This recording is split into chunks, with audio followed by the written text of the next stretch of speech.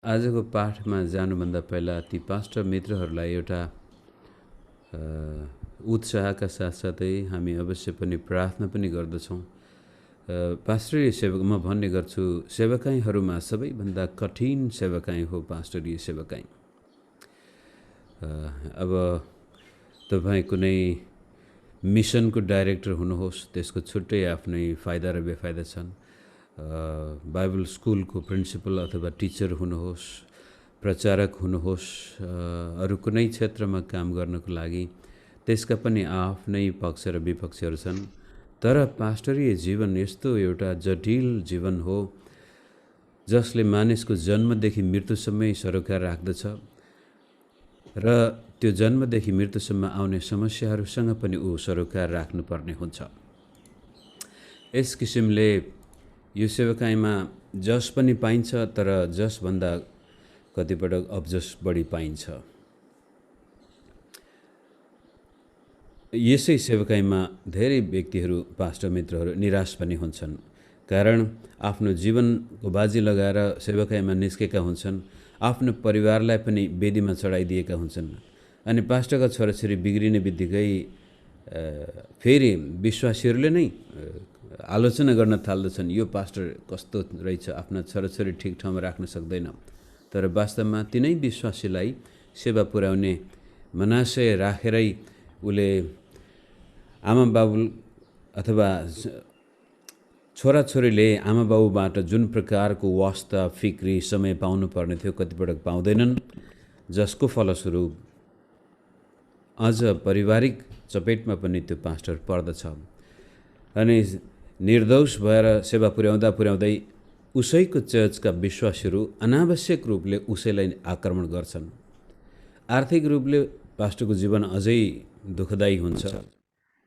नेपालको कोही पास्टरहरू जो 10वटा मिसनका डाइरेक्टर भएका छन् र स्थानीय चर्चको तलब खान मान्दैनन्, विदेशीहरूकै छत्रछायामा बसेका ती एकाध पास्टरलाई देखेर कतिपटक हामीले यो मेरो बुढीले कहाँ हराएछ फेरि जिम्मा दिएको, अब निकालिदिनु पर्ला जस्तो छ, यो पोजिसनमा राखेर फाइदा भएन, म्युट गर्नै नसक्ने भइसकेछ।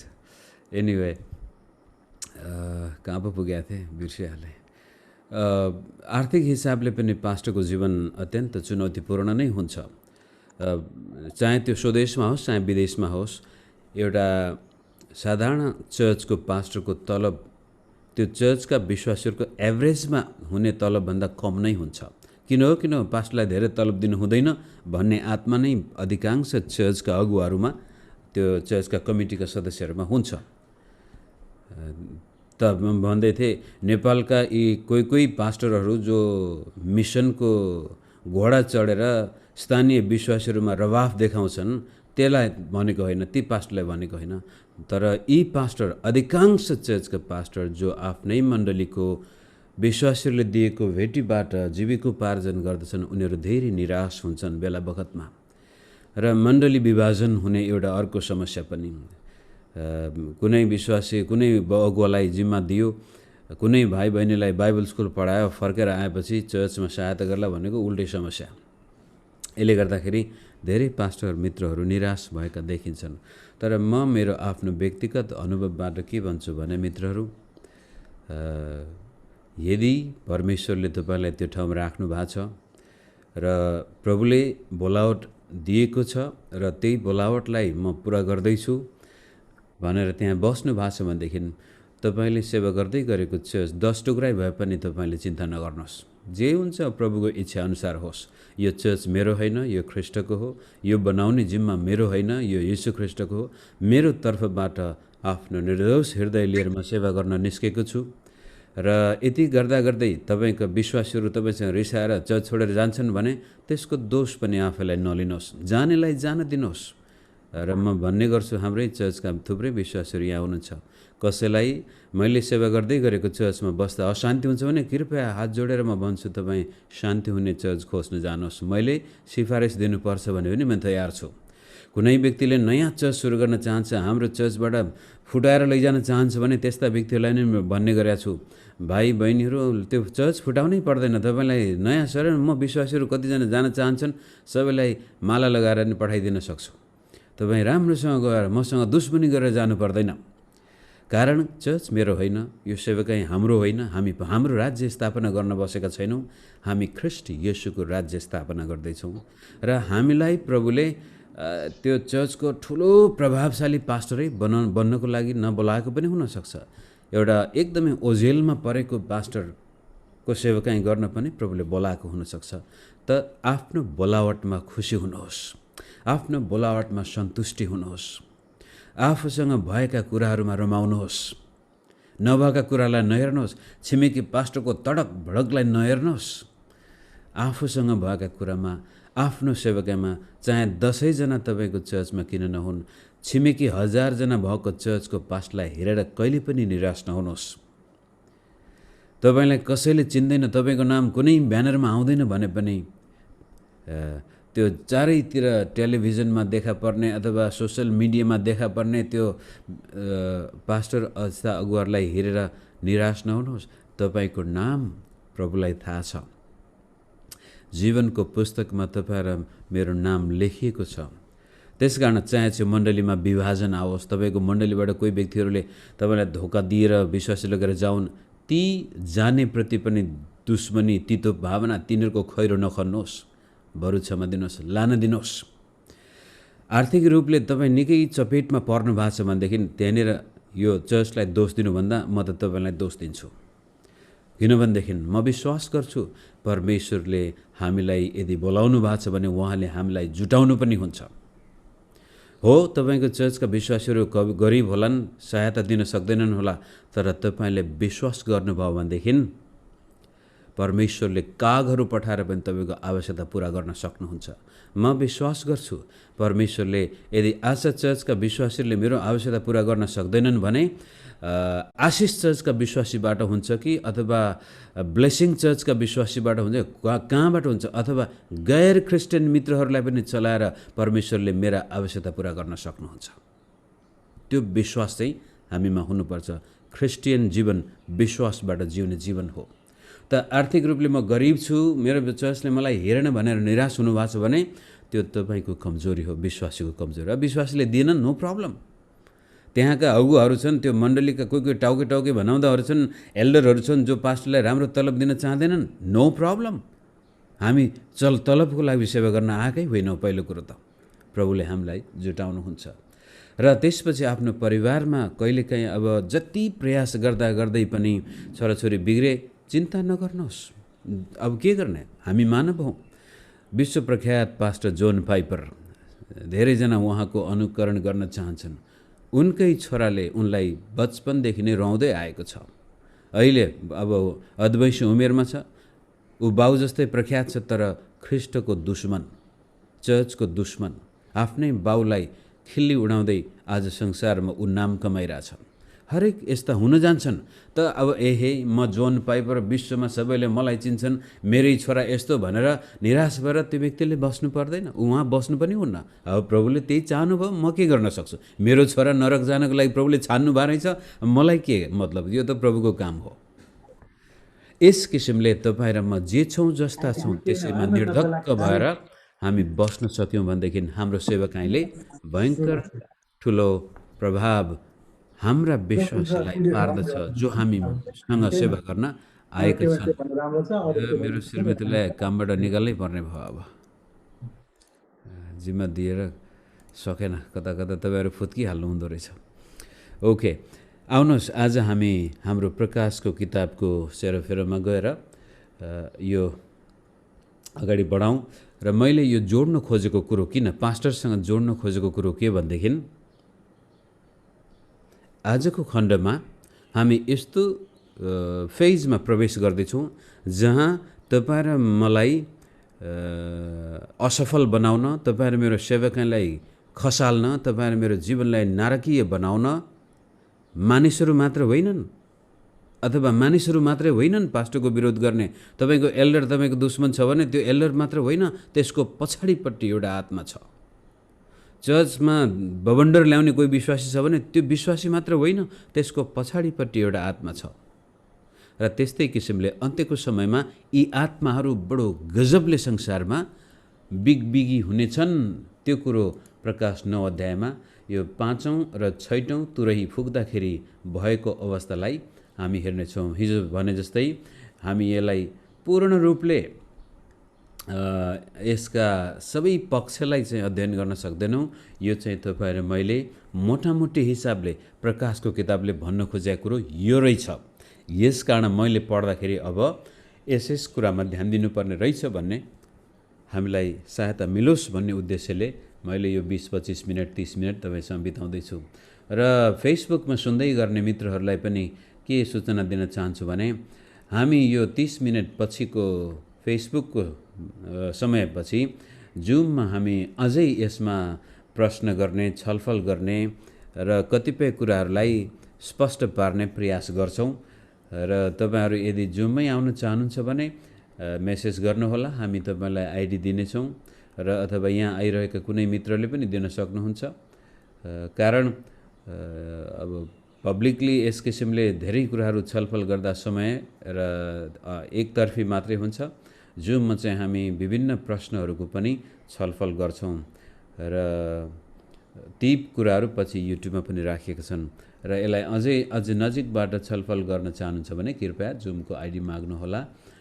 हामीलाई धेरै भिडको आवश्यकता त होइन, तर सिक्न चाहने, परमेश्वरको वचनमा रमाउन चाहने मित्रहरूलाई हामी सँगसँगै यात्रामा देख्न चाहन्छौँ। आउनुहोस् हामी 9 अध्यायको आज 1 देखि 21 पदसम्मै हामी हेर्नेछौँ र यसको शीर्षक मैले फेसबुकमा राखेको छु 5औं र 6औं तुरहीको आवाज अनि शैतानिक सेनाको आक्रमण।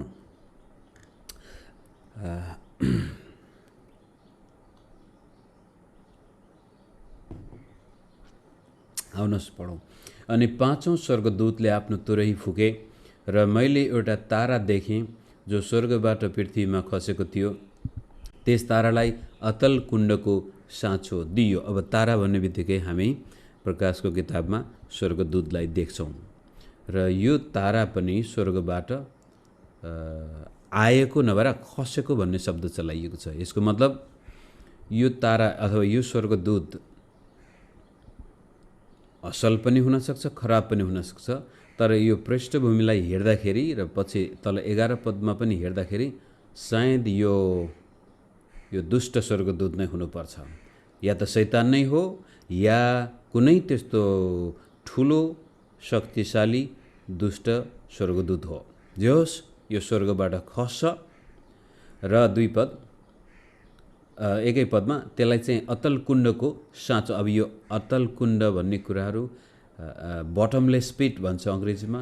यस्तो कुण्ड छ जसको पिँध नै छैन अथवा खसेको खसै देखाउने यस्तो कुनै यस्तो स्थान छ जहाँ यो दूतलाई साँचो दिन्छ। त्यो साँचो किन दिएको रहेछ? 2 पद त्यसले अतल कुण्ड खोल्यो र त्यस कुण्डबाट आगोको ठुलो भट्टीमा निस्केको धुवाँ जस्तो आयो। धुवाँ आयो होइन कि धुवाँ जस्तो।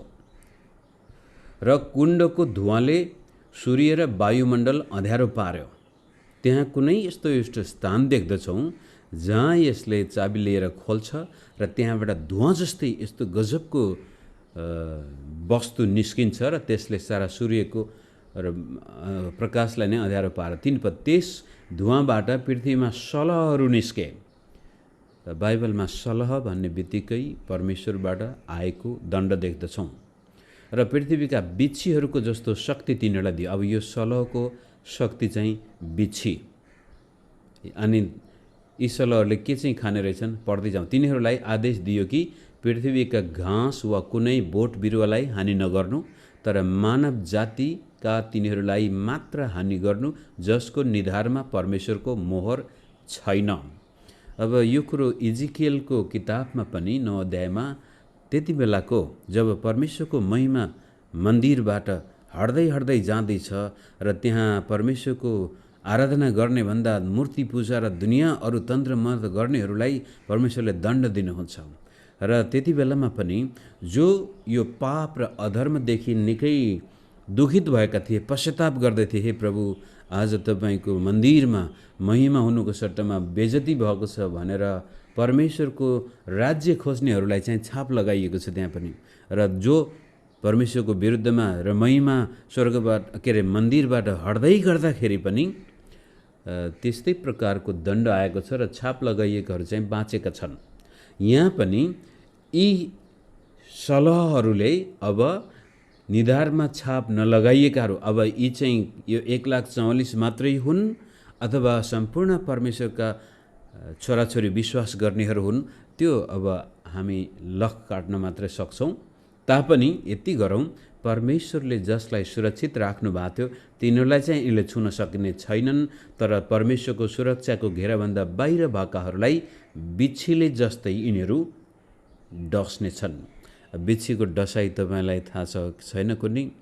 म करिब 7-8 वर्षको थियो होला, एकपटक हाम्रो सुदूरपश्चिममा पहाडबाट तराईमा हिउँदमा तराईमा झर्ने, त्यसपछि गर्मीयाम लागेपछि फेरि पहाडमा जाने चलन थियो। र कुन याममा हो, पहाड जाँदाखेरि हो कि तल आउँदाखेरि हो कि माथि जाँदा थाहा भएन, गाई बस्तुहरू सारा गाउँलेहरू हामी सँगै यात्रा गर्दथ्यौँ र बिचमा बास बस्नुपर्ने हुन्थ्यो। र गाउँले सबै पुरुषहरूले क्याम्प बनाउने, दाउरा ल्याउने, आगो बाल्ने, अनि स्त्रीहरूले खाना पकाउने, एक गजबको रमाइलो समय थियो त्यो एउटा। त्यो फेज आज सिद्धिएर गयो। अनि मलाई थाहा छ गाउँका ती दाजुहरू, काकाहरू सबैले चाहिँ, मामाहरू सबैले दाउरा लाएर त्यसपछि दाउरा आगो जल्दै थियो, सबै कता कता गया, ठुलो चौर थियो।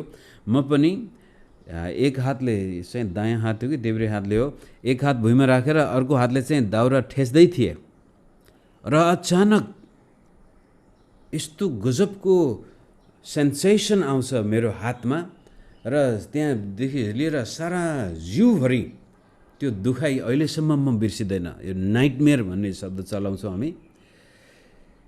यसो हेरेको त यो हातको कान्छे औँलामा के झुन्डिएको जस्तो यसो झट्काए मात्रै, तर म चिच्याएर त्यो टाढा भएकाहरू मान्छेहरू दौडेर आए। त्यसपछि म बेहोस भएछु। त्यसपछि थाहा भएन कसरी बाँचे के भयो, तर त्यति मात्रै थाहा छ बिच्छीको त्यो टोकाइले मेरो त्यो शरीर झनननननन भएर त्यो दुखाइ यहाँबाट दौडेर गोली सारा जिउ भरिएको थियो। म चिच्याएछु, त्यहीँ लडेछु। सबैले आएर पछि कसरी जे होस् निको पारेछन्। त्यस्तो गजबको आक्रमण यहाँ देख्दैछौँ हामी। हेर्नुहोस् है, बिच्छी। अब यो चाहिँ हामी पढ्दै जाउँ, यो कता पुगेछु म।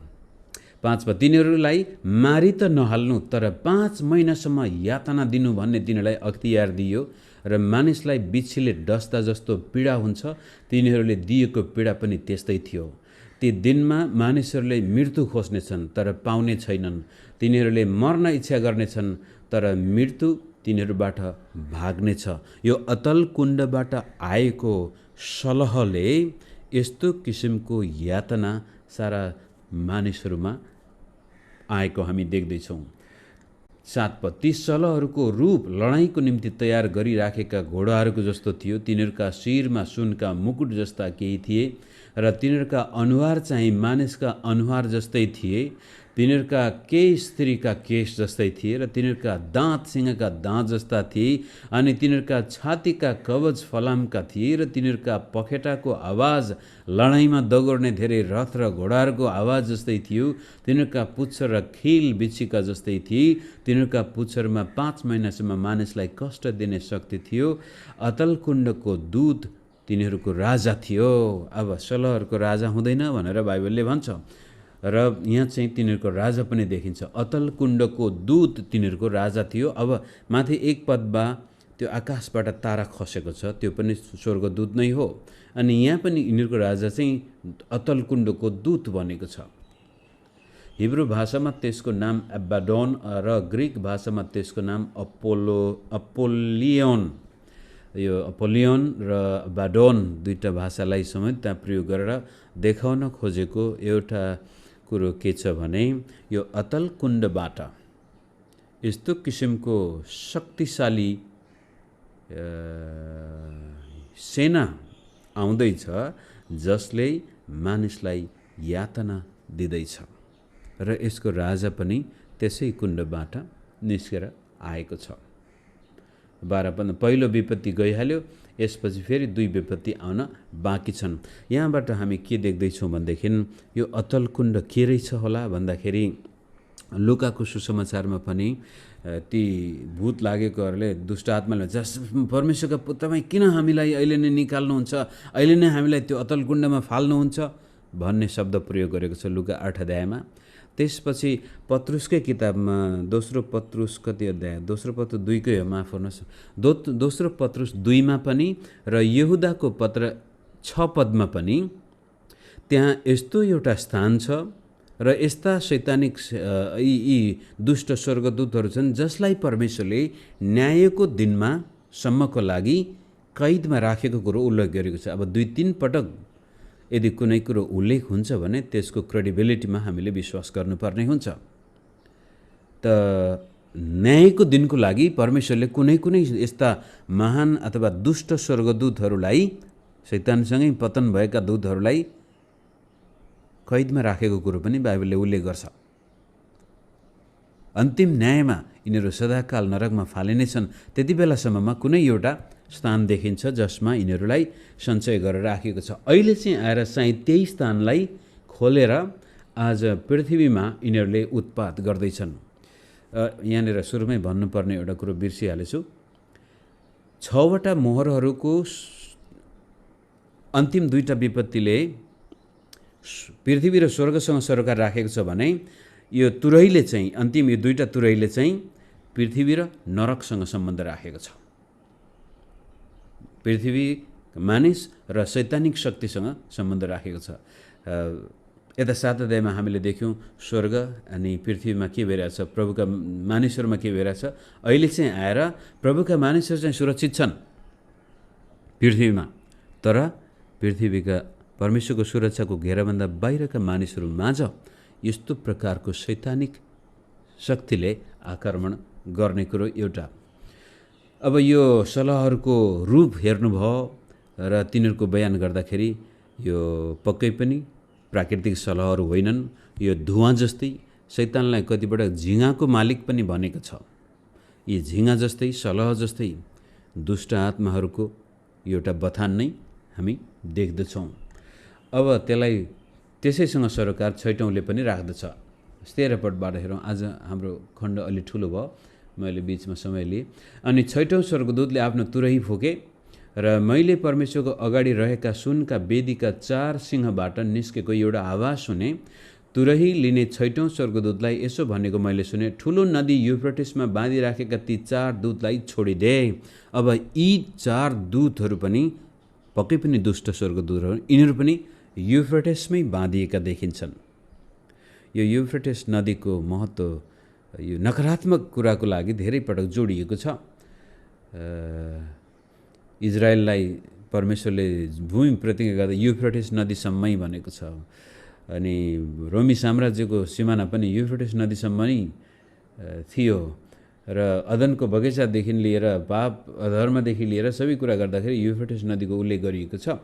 र यहाँ पनि युफ्रेटिस नदीमा 4वटा स्वर्गदूतहरू बाँधेर राखिएका रहेछन्। कहाँ पुगेछु, माफ गर्नुहोस्। ओके, ती 15 पद। अनि ती 4 दूतहरूलाई छोडिदे जुनहरू मानिसहरूको 1/3 मार्नलाई त्यस घडी, त्यस दिन, त्यस महिना र त्यस वर्षको निम्ति तयार पारी राखिएका थिए। ती घोडा सवार फौजको सङ्ख्या 20 करोड। अब हेर्नुहोस्, जसरी अतलकुण्डबाट गन्नै नसकिने आकाशलाई नै छेक्ने किसिमका दुष्ट आत्माको बथान हामी देख्दैछौँ, त्यस्तै किसिमले अब पृथ्वीमै रहेका यी दुष्ट आत्मा निकै सक्रिय भएको हामी देख्दछौँ। घोडाको फौज 20 करोड। 17 मेरो दर्शनमा देखिएका घोडा र घोडसवारहरू यस्ता थिए। तिनीहरूका छातीका कवचहरू आगोको नीलमणि र गन्धकको रङका थिए। ती घोडाहरूका शिर सिंहका शिर जस्ता थिए। तिनीहरूका मुखबाट आगो, धुवाँ र गन्धक निस्किन्थ्यो। तिनीहरूका मुखबाट निस्केको आगो, धुवाँ र गन्धकका 3 विपत्तिद्वारा मानिस जातिको 1/3 मारियो। है, निस्केको आगो, धुवाँ, गन्धक, किनकि ती घोडाको शक्ति तिनीहरूका मुख र पुच्छरमा थियो। अब उता बिच्छीहरू भनेको छ, माथि सलहहरू देखाएछ, यता घोडाहरू देखाएछ। यस किसिमले यसलाई हामी त्यसै कारण एपोकालिप्टिक लिटरेचर के भन्छ, साहित्य चाहिँ बुझ्नै गाह्रो हुन्छ। यसले यही भन्न खोजेको हो भनेर हामी काट्न सक्दैनौँ। तर यसले सङ्ख्यात्मक भाषामा कुनै एउटा वास्तविकतालाई बयान गर्न खोजेको छ, जुन वास्तविकतालाई देख्दाखेरि यूहन्नाले बयानै गर्न सकेको छैन। र त्यो बयान गर्न नसके पनि चित्रद्वारा कलात्मक हिसाबले बयान गर्ने प्रयास गरिएको छ। र यस किसिमले जसरी माथि सलहरको चित्र गरिएको छ, यहाँ घोडाहरूलाई पनि त्यही कुरो देखाइएको छ। 19 ती घोडाहरूको शक्ति तिनीहरूको मुख र पुच्छरमा थियो, किनभने तिनीहरूका पुच्छर सर्प जस्ता थिए, जसका टाउका थिए, तीद्वारा तिनीहरूले मानिसलाई चोट पार्थे। यी विपत्तिद्वारा नमारिएका बाँकी मानिसहरूले आफ्ना हातका कामबाट अझ पनि पश्चाताप गरेनन्। त यसो हेर्दाखेरि यो शैतानिक शक्तिहरूको आक्रमण आउन दिनुको उद्देश्य पनि मानिसहरूले परमेश्वरलाई विश्वास गरून्, आफ्ना पाप र अधर्मबाट पश्चाताप गरून्। तर त्यो उद्देश्य त्यहाँ पनि सफल भएको देखिँदैन। तिनीहरूले भूतहरूलाई देख्न नसक्ने र सुन्न नसक्ने, माफ गर्नुहोस् है, म फेरि पढ्छु 20 पद। यी विपत्तिद्वारा नमारिएका बाँकी मानिसहरूले आफ्ना हातका कामबाट अझ पनि पश्चाताप गरेनन्। तिनीहरूले भूतहरूलाई र देख्न नसक्ने, सुन्न नसक्ने र हिँड्न नसक्ने चाँदी, काँस, ढुङ्गा र काठका मूर्तिहरूलाई पुज्न छोडेनन्। तिनीहरूले आफूले गरेको हत्या, जादुगरी, व्यभिचार र चोरीको पश्चाताप गरेनन्। यो मानिस इतिहासमा उपस्थित हुँदै गरेका पाप र त्यसपछि परमेश्वरको विरुद्धमा मानिसले चालेको कदमलाई यहाँ जोडसँग प्रस्तुत गरिएको छ। र यी दुष्ट आत्माहरू, भूतात्माहरू भने पनि, दुष्ट आत्माहरू भने पनि, जस्तोसुकै भनिन्छौँ, त्यसले दुःख दिँदा पनि त्यसैलाई पुजेको हामी देखिरहेछौँ। र अनैतिकताको पनि झन् सीमा, त्यसले नैतिक सीमाहरू तोडेर अनैतिक सीमा चरम भएको, हत्या, हिंसा, व्यभिचारी, चोरी, करप्सन, भ्रष्टाचार, जेसुकै शब्द प्रयोग गरे पनि मानिस दिनानुदिन पाप र अधर्ममा अगाडि बढ्दैछ। र यो आजको 2वटा तुरै फुकिएको 5औँ र 6औँ हामीले हेऱ्यौँ। 7औँ तुरै फुक्नुभन्दा बिचमा फेरि एउटा ग्याप छ, त्यहाँ इन्टरभल छ, जसमा हामी भोलि हेर्नेछौँ। यूहन्ना आफैले अर्कै एउटा गजबको दर्शन देख्नेछ 10 अध्यायमा, र त्यसकै 10 र 11कै बिचमा 2वटा साक्षीहरू आउनेछन्। र त्यसपछि 11को 15मा 7औँ तुरै फुकिनेछ। र त्यो तुरै फुक्दाखेरि त्यसपछि फेरि अर्को एउटा ग्याप त्यहाँ देखा पर्नेछ। र त्यो ग्यापमा हामी 2वटा पशुहरू हामी देख्नेछौँ, जसले त्यसपछि परमेश्वरका मानिसलाई गर्ने दुर्व्यवहार अझ चरम रूपमा बढ्दै बढ्दै जानेछ। अहिले चाहिँ आजको लागि हामी यति नै राख्छौँ कि अन्त्यको समयमा मानिसले मानिसलाई मात्रै मार्ने होइन, यहाँनिर दुष्ट आत्माहरू पनि पूर्ण रूपले कार्यरत हुनेछन्। यहाँ तलकुण्डमा शैतानिक शक्तिहरू पूर्ण रूपले अनुमति पाउनेछन् मानिसलाई दुःख दिनको लागि। यदि शैतानिक शक्तिलाई परमेश्वरले त्यसरी सुरक्षित नराखेको भए यो पृथ्वीमा हामी बस्न नै सक्ने थिएन होला। प्रभुको गजबको अनुग्रह हामी त्यहाँ देख्दैछौँ। त्यसैकारण पापको पतन, जसरी शैतानको पतन र आदमको पतनको परिणाम हामीले अहिले विचारै गर्न सकेका छैनौँ। र त्यहाँ धेरै यस्ता रहस्यका कुराहरू छन्, हामीलाई थाहा नै छैन। तर त्यो समय आउनेछ जब मानव जाति आपसमा मात्रै र प्राकृतिक प्रकोपमा मात्रै नभएर आत्मिक शक्तिहरूको पनि यातना यसले भोग्नु पर्नेछ। त्यसै कारण ख्रीष्ट येशूलाई विश्वास गर्न सक्नु भनेको जीवनलाई प्राकृतिक प्रकोप किन नहोस्, मानवीय दुष्टता किन नहोस् र शैतानिक दुष्टता किन नहोस्, ती सबैबाट हामीलाई सुरक्षा दिनुहुन्छ। र मैले सुरुमा पास्टरले मित्रहरूमा आएको निराशालाई कुरा गर्दाखेरि नै अहिले पनि यस्ता दुष्ट आत्माहरू कार्यरत छन्, जसको पूर्ण उद्देश्य नै तपाईँ र मलाई हाम्रो जीवनमा ख्रिस्टीय गवाही भन्दाखेरि आएका दुःख कष्टबाट निराशा बनाउनु हो। तपाईँहरू मेरो विरुद्धमा मानिसलाई उचालेर, मानिस हाम्रो शत्रु होइन, पावलले भने चाहिँ हाम्रो लडाईँ रगत र मासुसँग होइन, हाम्रो लडाईँ ती दुष्ट सेनाहरू, आत्मिक स्थानमा भएका दुष्टाइका सेनाहरू अहिले पनि कार्यरत छन्, तर अन्त्यको समयमा यिनीहरू अझ तीव्र रूपले काम हुनेछन्। तर खुसीको कुरो चाहिँ परमेश्वरले आफ्नालाई चाहिँ ती दुष्ट आत्माहरूको बिच्छीको जस्तो यी डरलाग्दा घोडाहरूको आक्रमण, अब यो साँच्चै घोडा, साँच्चै सलह, साँच्चै बिच्छीहरू भनेको होइन। कतिपयले यहाँ चाहिँ ओहो यो चाहिँ भनेको यो आजका आणविक हात हतियारहरू, त्यसपछि केमिकल वेपन्सहरू र त्यसपछि अब यो फाइटर जेटहरूको पनि त्यहाँ चित्र देख्छन्। हामीलाई थाहा छैन कस्तो किसिमको हुनेछ, तर त्यहाँ यति मात्र भन्छौँ दुष्ट सेनाहरूले पनि कुनै एउटा प्राकृतिक रूप लिनेछन्।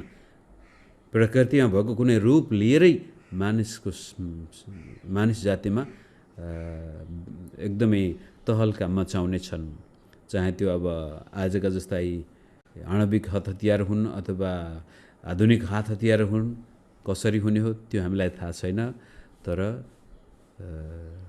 जसरी हामी स्वर्ग छ भन्छौँ त्यसै हिसाबले यो अतल कुण्डको अस्तित्व, जसरी हामी स्वर्गदूतहरूको सेवा प्रकाशको किताबमा देख्दैछौँ, त्यसै गरी दुष्ट दूतहरूको पनि काम त्यहाँ छ। र अहिले पनि तपाईँ र म सेवाकाईमा लागेको बेलामा हामीलाई सुरक्षा दिन पनि प्रभुले स्वर्गदूतहरू नियुक्त गर्नुभएको छ र हाम्रो विरुद्धमा काम गर्ने दुष्ट दूतहरू पनि अहिले पनि छन्। त्यो आत्मिक लडाईँको पक्षलाई हामीले ख्याल गर्नु हुँदैन। यति भन्दै म फेसबुकबाट बिदा हुन्छु।